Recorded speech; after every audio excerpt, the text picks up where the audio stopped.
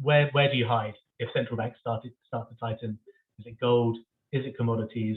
And the big thing, quite a lot of these people are asking, crypto, Bitcoin. If we're in an everything bubble, does that everything extend to those asset classes?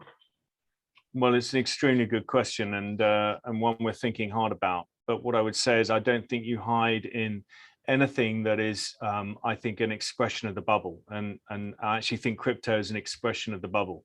You know, I like the original idea for Bitcoin, but everything since Bitcoin in the last few years anyway has started to look increasingly like a bubble in the crypto space. And I know that's sometimes not a popular comment, sometimes is, but you know, most bubbles, what happens is you have one brilliant idea and then you get replication and you get massive amounts of supply of the same idea. My favorite bubble is actually the bicycle company bubble in the late 1800s, whereby I think in 1890 we had one bicycle company when it was becoming quite a popular mass thing to do.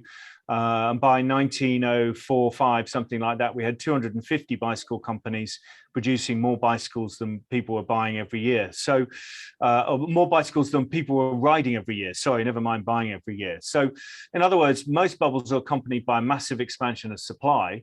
And I would argue we now have 4,000 to 8,000 digital currencies. That's a massive expansion of supply, when the Bitcoin original was really about limited supply. So where do you hide? Not in cryptos, not in equity markets.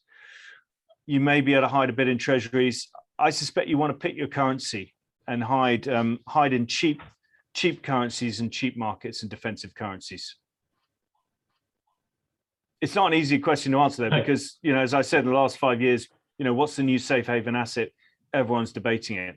But the other place probably to hide is, you know, residential real estate might have a rocky start to the crisis, but I suspect we'll get more, you know, the response to the crisis will be more a return to QE and money printing, and that will be good and underpin those assets, real assets. So real assets over the decade, over the volatility of the downdraft, it's much harder.